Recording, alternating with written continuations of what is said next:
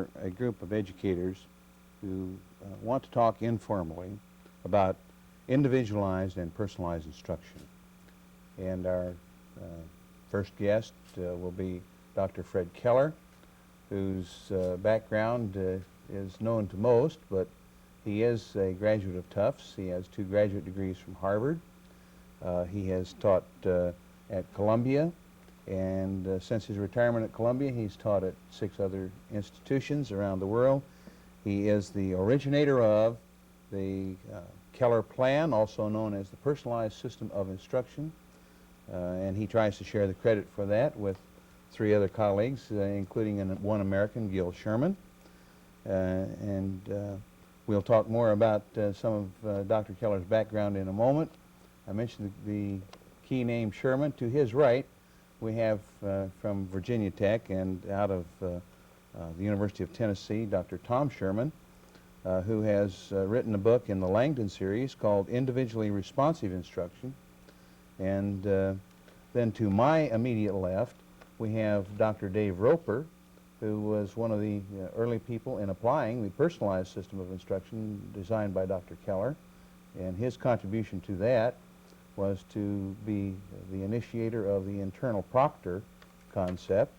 And he has done some spin-off things since, including adding the idea of optional videotaped lectures, and currently is coming up with some ideas to use the computer.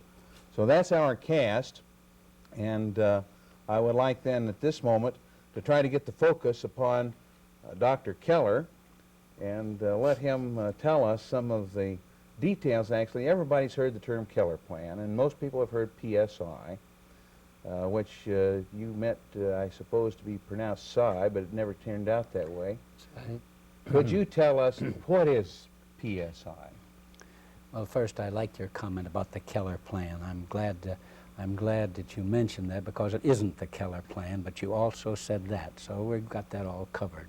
PSI was a joint effort, really, and we came up with something, and I've been the spokesman ever since. I was old. I'd had no other work. It took my time. I could spend my time doing these things, and they couldn't. They were all busy earning their living, and I could tell about it, and so I became the Keller Plan. And it isn't the Keller Plan. It's the Keller, Sherman, Marticelli, Borri, and Rodolfo Ozzi Plan, which doesn't make very good sense here. But actually, 4 of us were involved in it, and as a result of being invited to start a department of experimental psychology at the University of Brasilia. And we spent quite a lot of time together deciding what we would do, since we had a great deal of freedom in starting this department. And one of the things we had to decide on was how to teach. And since we had so much freedom, we ran into trouble, because we weren't doing just what we didn't have to do just what we'd done before. What we came up with was a plan by degrees in which, well, to make it as concise as possible, a plan in which an instructor first breaks up a course of study into small elements. In connection with each element, he provides a set of, perhaps I call them study questions. Each unit of the course has study questions with it to guide the student in his study. Each unit has several alternate tests on its content, which follow the study questions pretty well, so that there's no guesswork. You ask all of the study questions in one way or another in the unit tests. Broken up in this way, each student is permitted to go through the series of units, one after the other, until he finishes his course. He goes at his own pace. As soon as he has shown that he understands, he has mastery of, that word mastery is a little tricky, but as soon as he convinces us that he understands this unit of work well enough to go ahead, he is qualified to go ahead and has essentially made an A on 1%, a certain percentage of his course. From the first unit to the second, when his mastery is shown, he's given the next assignment, and he goes through that, meeting the requirements again. at his own pace, not hurried by the others or not held back until he gets through the course. When he gets through the course, he is given maximum credit, full credit, the A credit for having done this. Now in that course, he may have failed a number of tests on the various units. He may have taken longer time than another person, fewer tests or more tests, but he got to the same place. He met the requirements of the teacher. Now, I've left out one very important aspect of this. If the teacher had to grade all of these tests, and he had 50 people in his class or more, as sometimes is the case, he would have an unhealthy situation. That isn't the word I was coming up with first. He would have a very bad situation. So, to help him in this, we came on a scheme, excuse me, we came up with a scheme of utilizing people either who had just completed the course of study or those who were even in the course of study, as you mentioned in connection with Dave's internal proctors or his bootstrap proctors taken from the class. We came up with the idea of the student proctor, someone who might screen, at least in a rough way, who might evaluate the student, at least in a rough way, or ordinarily a satisfactory way, but open to revision by the teacher, or in a large class perhaps by the manager of the course, the assistant, the graduate assistant in the course who might function in lieu of the teacher. So the proctors, the student proctors, did the grading of the examinations. If there's any question, if there's any doubt about the value of their grading or the correctness of the grading, that can always be taken to higher authority and checked with. And also, the higher authority is always around looking over the shoulder anyway to see what's going on and keeping a close eye on the operation. Now, I guess that covers the major features of it. Probably Dave, who is now teaching this way, or Tom, who knows more about it than I do, I'm sure, can ask or can suggest further things about it that Well, I ought want to be mentioned. I'd like to put a little weight on them on this, Dr. Keller. I suppose. I have heard you say that nobody does it exactly your way, and I have also seen in your writings that you have, in effect, implored people, at least the first time that they use the personalized system of instruction, to try it with the methodological components that you have suggested. Yes, I must say that I have said that, and I said it for this reason. When we used it in a certain fashion at Arizona State, we found that every term the results were the same. We got satisfied students, and we got students who learned, and we were happy. And this was an important experience. And when we started to monkey with things, it didn't work as well. If we started to change things around from that first guesswork, we ran into more problems. And we found that we had a system. And if one part of it was wrong, it made squeaking in the other parts of it. If this went wrong with a student, the proctor was up in trouble. Or if the proctor was wrong, the student was in trouble or I was in trouble. We all had to work together. And with the kind of a plan that we did outline, it worked pretty well. And when other people tried it and did the same way, Billy Cohen, for example, goes around giving speeches. Don't change the plan. He gives these speeches regularly now. Don't change the plan. Use it just as old man Keller said it should be used. Well, changes can be made, but some changes are different from others. And I said at that time, I think you ought to try it the way it worked with us, and the way it worked with Joe and Bill and Benny and so on, and then make your changes. It's open to improvement. Lord knows it's certainly going to be altered.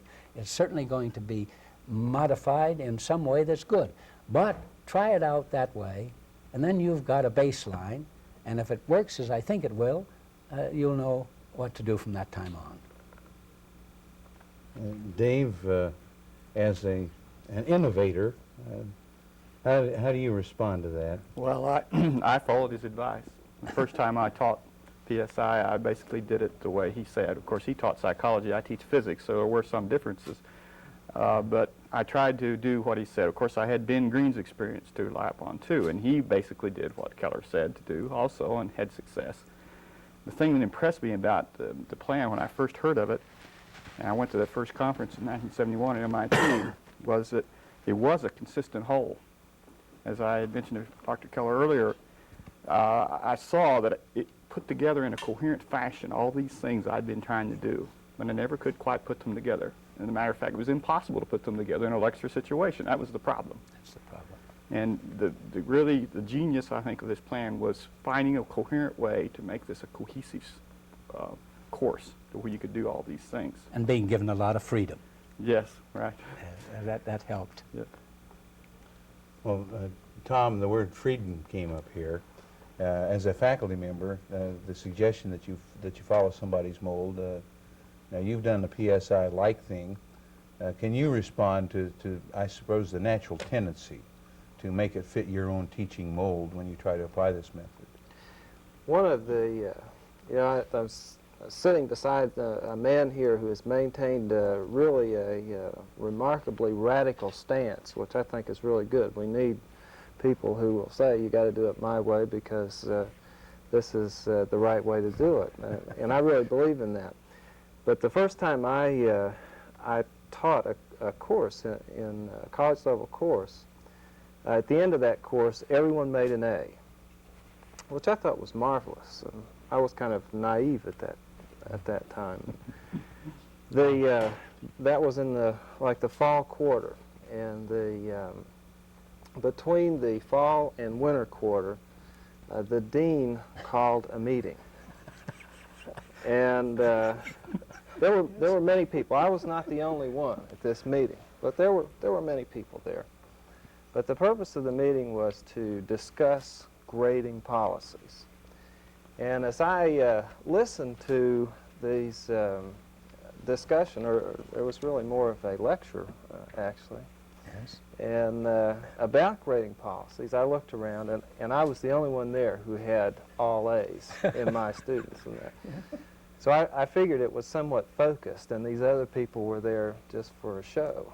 And but that made it very difficult. I mean, there are some problems that arise of that sort. That I needed to eat and had some bills to pay and so forth. So I had those kind of considerations. And at the time, I thought I was sufficiently radical also, but I don't think I was, and maybe have not been since then. But it really necessitated some modifications of what I really thought ought to be happening. Although I think ultimately I was able to come to grips with that by saying, well, or by, I don't know whether it was a rationalization or not, but what I did was say, well, I can give people an option. And they can have an option to reach this level of proficiency or this level of proficiency or this level of proficiency with a minimum level of acceptability for a passing grade of C. I never gave any D's. I wouldn't give D's, but C's. And then if somebody wanted to achieve at a higher level, they could get a B. And that seemed to fit in very well. I don't know how you feel about that kind of an approach. Well, I don't like it, you know. You know, Tom, what I think is I would rather give, if they don't want to do the whole course and get an A, I'd rather give part of the course and let them get an A in that. That is, if they can't handle 20 units, and then give them 15 units and let them earn their A that way and say, well, I took a course in physics. You know, it was a sort of a course in physics that I got 15 units. I got less credit for it. But I know what you're saying. This wouldn't work any better than the other. You'd be giving just more A's for a smaller number of points of course points, or whatever you call them. I don't like it. I think it's basically wrong when a student has met the requirements that you set for him, and then you give him on some pretense or other, you give him less than he earned, just because the dean or somebody else decided. But I know also that the bind that you're in, and I don't think young people should ever start doing anything radical. I don't think young people are, and I know that the middle-aged group won't.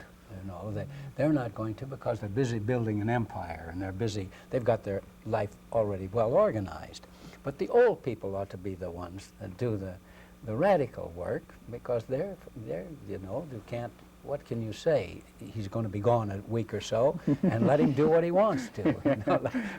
And so, but it's very difficult. If you try to introduce an all-A procedure, you get into several problems. One is the general attitude of people these days about the lowering of quality of our educational program.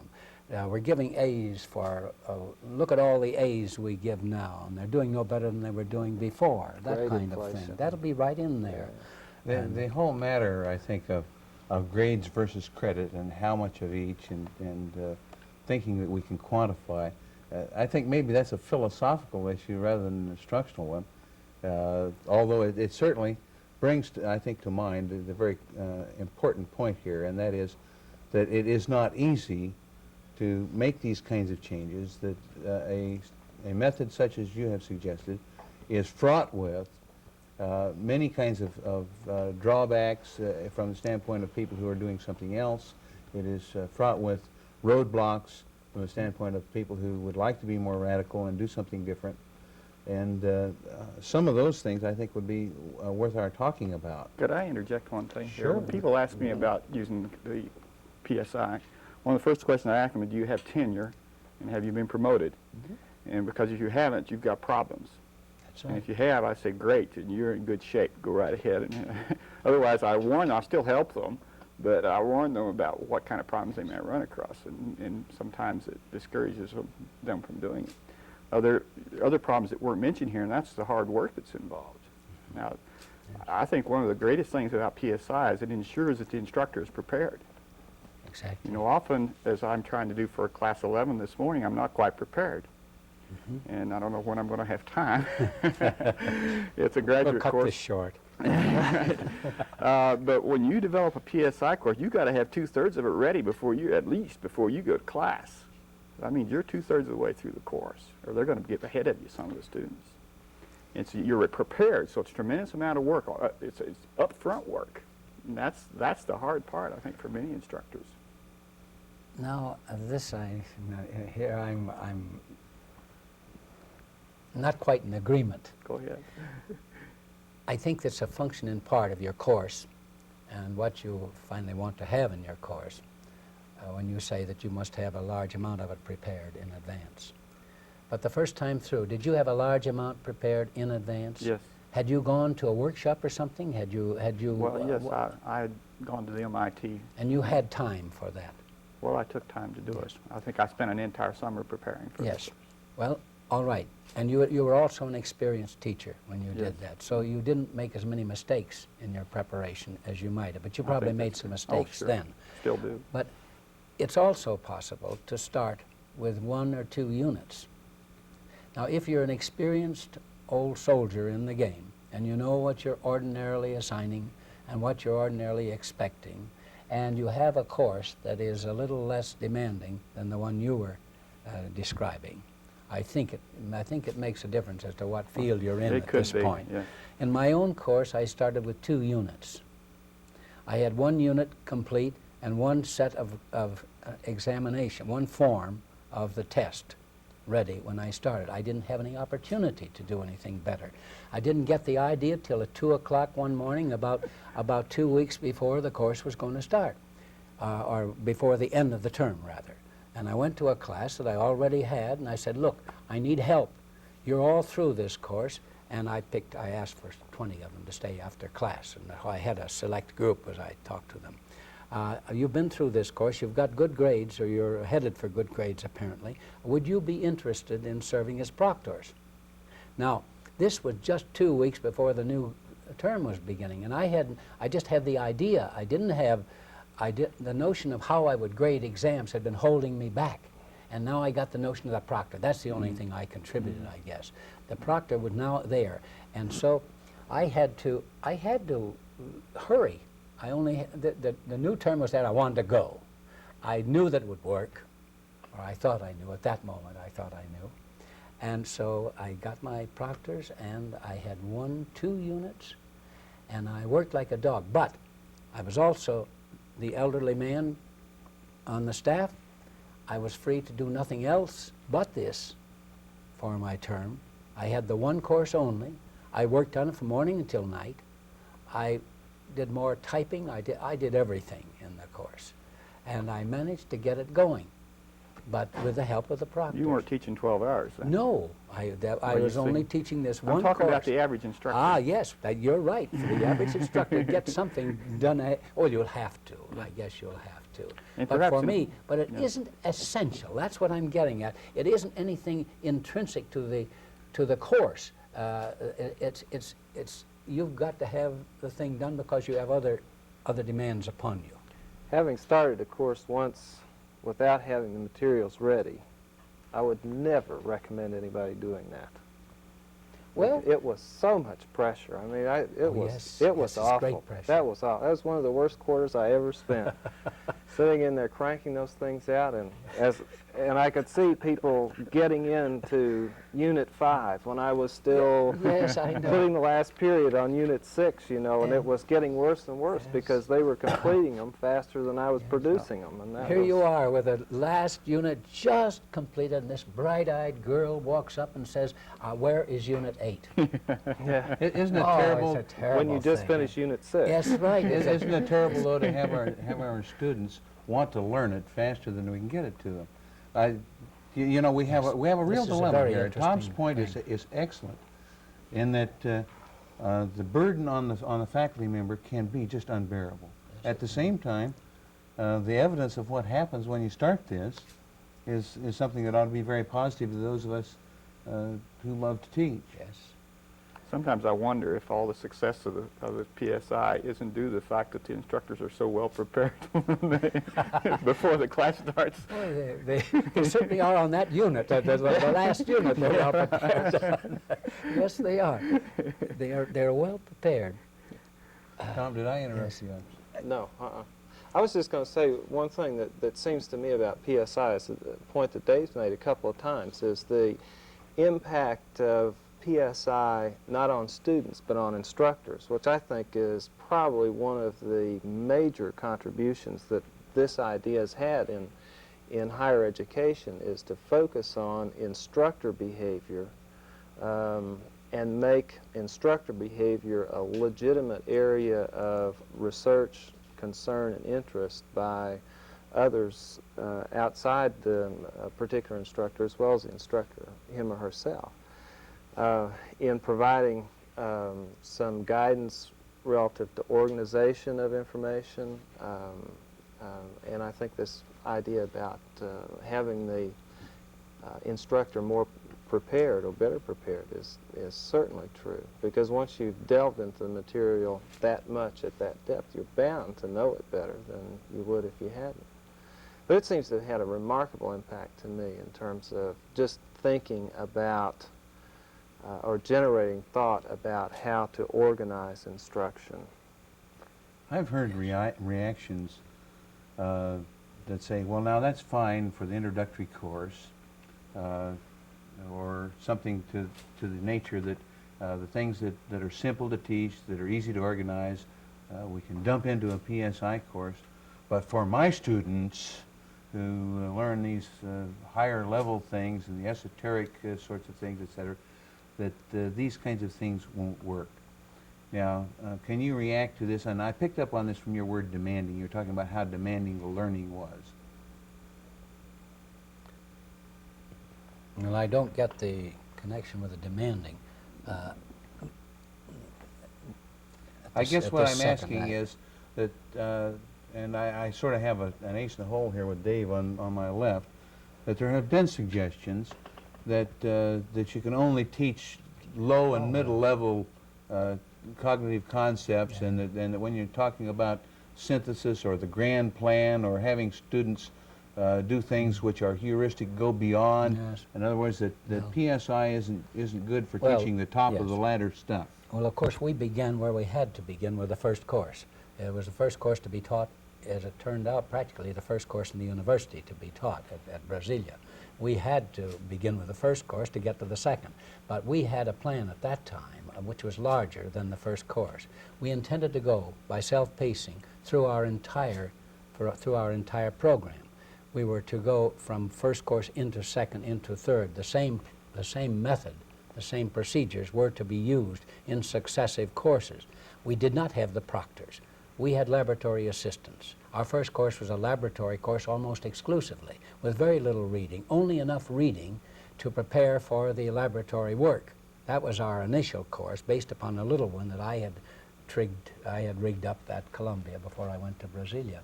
But we expected to go right on through.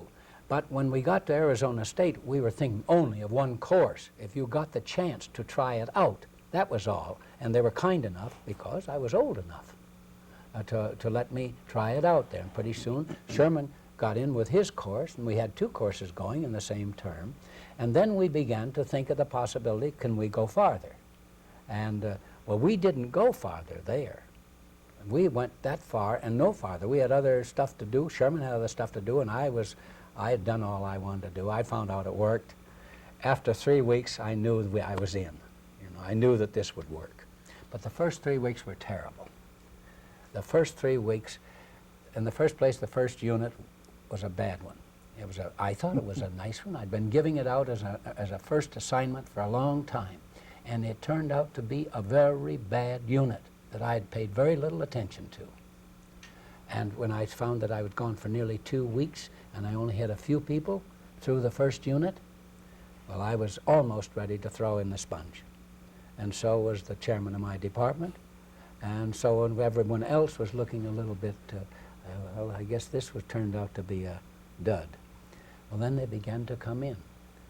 Many of them had stayed away because it was difficult, but they found out others were getting it, and they began to come in, began to take tests. And then we began to get going. By 3 weeks, the end of 3 weeks, things were now moving. I knew, and I could see with the look on their faces, I could say, you know, no, these people feel like people now. And they had gotten through that, but I did lose a lot because of that bad unit.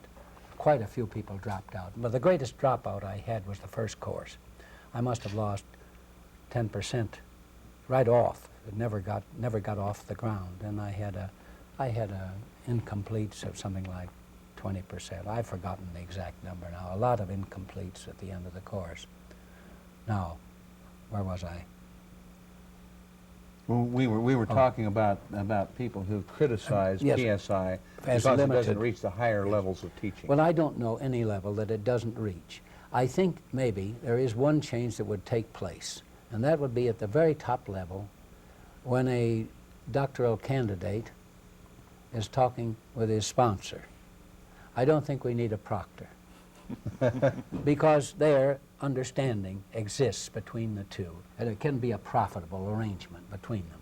But I don't think it can be a profitable arrangement if you do the grading for 100 kids and you do the proctoring yourself, and I don't think even a tutorial a relationship between a first-class scientist or scholar and a freshman or a sophomore or a junior or a senior is very productive. I just don't think they're close enough in understanding not only the problems, but each other. I think the Mark Hopkins theme is very nice and it's very touching, but I don't think it's a very useful one. I think it's a waste of good intellect on the one hand and a great frustration to the student on the other. I believe that we can go on with proctors up quite a distance up the line. I think it's necessary. It depends, though, upon the understanding of the instructor. How close is the instructor to the student? We used to say, you know, those who can teach and those who can do and those who can't teach. Well, I think there's some sense in that, really. I don't mean that if you're no good, you go to teaching. But sometimes if you're closer to your student, you can have more influence, you can do more toward teaching him than if you're way up here on a pinnacle.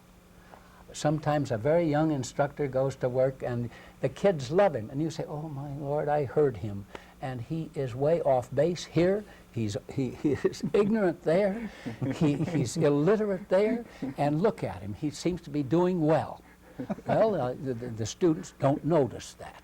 You know what I mean? This is true, I think. How do you think about that? Yes, I think the intermediary of the proctor was one of the geniuses of the system, I think. And a lot of my work has been toward the ramifications of that, or refinements of that. Yes. As I explained to you earlier, even Yes. right now with the computer work I'm doing, using students with me on the computer that know more than other students and even know more than I know, Yes. to teach me and other students things. Dave, could you back up a minute there, because you've come right to the point that I think we'd like to cover next. And Dr. Keller led you into it, I thought, very nicely, which, you know, the work that you have done as a suggestion of the kinds of things which are happening as changes to or new developments in the personalized system of instruction. So we've already mentioned that rather than have somebody who had already completed the course, that it was your idea and others at about the same time to have students from within the course.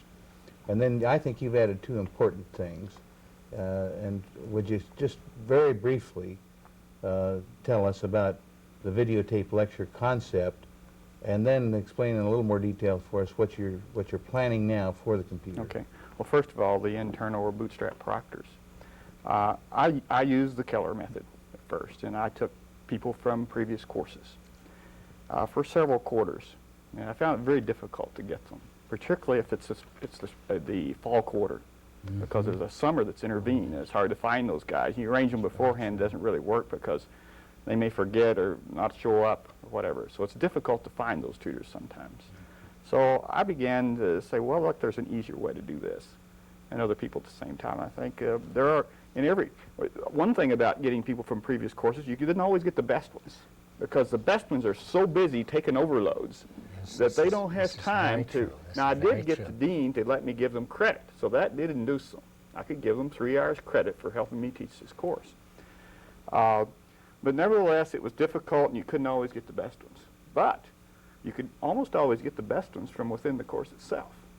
So I found that the tutors I got, tried it, and it seemed to work. The tutors I got from within the course were as good or better than the ones I got outside the course. They were a step or two ahead of everybody else, which was all that was required. In fact, it was fresher on their minds, and the problems they had were fresher on their minds than the students had been in. It was sort of a step closer to the students even than the people that were in the course previously. Did you pick them at the beginning all the way through, or did you alternate them? There was a competition, actually. I see. Usually in the way I do it. I change Yes. it from every now and then, just because changing's good for you, I think, one reason. But basically, I would say I will grade the first unit for everybody. Yes. Maybe even the second unit, depending on the course. And the people that get through those units first, I will talk to, make sure they really have a good foundation and they're good students, and ask them if they want to be tutors. Then I give them unit credits for being tutors. If they tutor something like 2/3 of the credit of the units in the course, they'll get so many units. Or I think it was 1/3 1 unit credit, 2/3 2 unit credit, something like that, depending on the course and how many units total there were in the course and so forth. And it worked out so that they tutored 2/3 of the units of the course, they did not need to take a final examination in order to make their A. Sure. I figured if they tutored students on 2/3 of the course, they have studied as much as anybody would study for a final exam, that is reviewing. Oh, yes. They've gone over and over and over it again. They have to be in class in order to do this. They miss a class except by prior excuse, then they've lost their credits. I had never had any problems along those lines. They always showed up. And that's the way I designed it, and it worked very well. So that's the tutors. Any other questions? Right, about that for 'em? well, now, you kind of answered the question that I didn't ask first. The question that I wanted you to address, Dave, was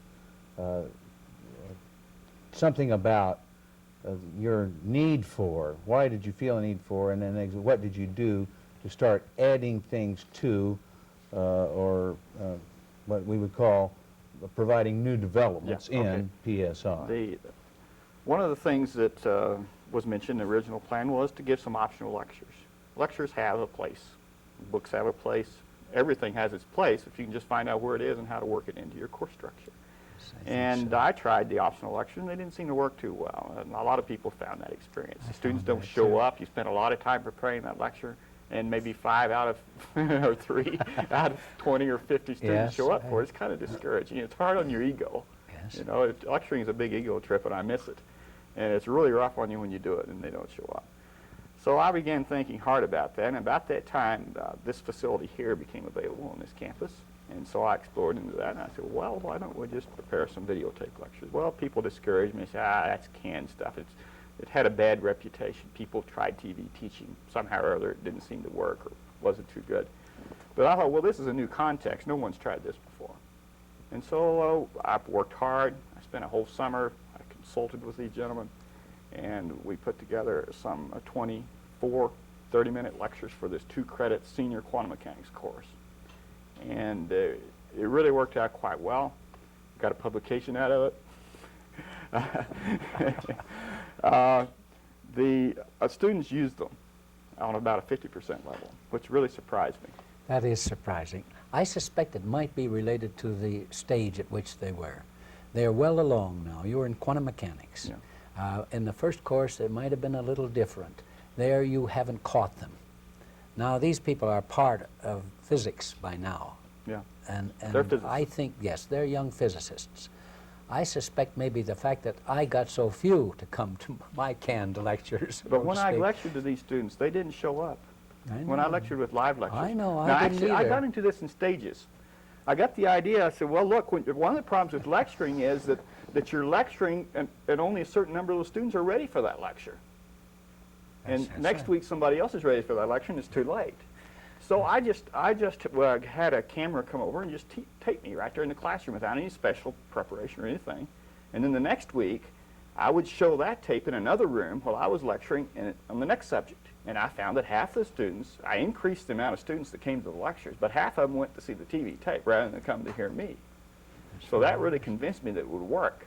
So Yes. then I put all the effort into it and did the best job I could do, given my abilities. But the facilities here were terrific, and they turned out to be really high-quality tapes, I think. I had one experience that is relevant here. When I first started, I didn't know how to do about the lectures because I wanted them all to be ready for the lecture. So I said, when you passed Unit 4, there will be a lecture. And I would put a sign on the blackboard. This will be a lesson from the fountains, we'll say. I give it some tricky name like that to attract attention so people will come. When you've passed Unit 4, you can come to hear a lecture on a lesson from the fountains by Descartes, you know, Descartes' fountains. And I was going to talk about the nervous system. Well, like well- Descartes' fountains, I'm afraid our tape is running over. Oh, dear. And we're going to have to bring this to an end. And there are some other things, obviously, to be said about the topic. But I think if I can summarize, that I think what is being said is that there is a new way available for those who would try to use it that provides for better learning. The students like it better, and it achieves better results. We are not in total agreement as to how often or how intensively to use the method, but does that fairly represent the underlying? The current situation. Okay, the current situation. And maybe on another tape we can talk about the future. Yes, I think that would be a good idea. Thank you very much, Dr. Keller, Dr. Sherman, and of course Dave.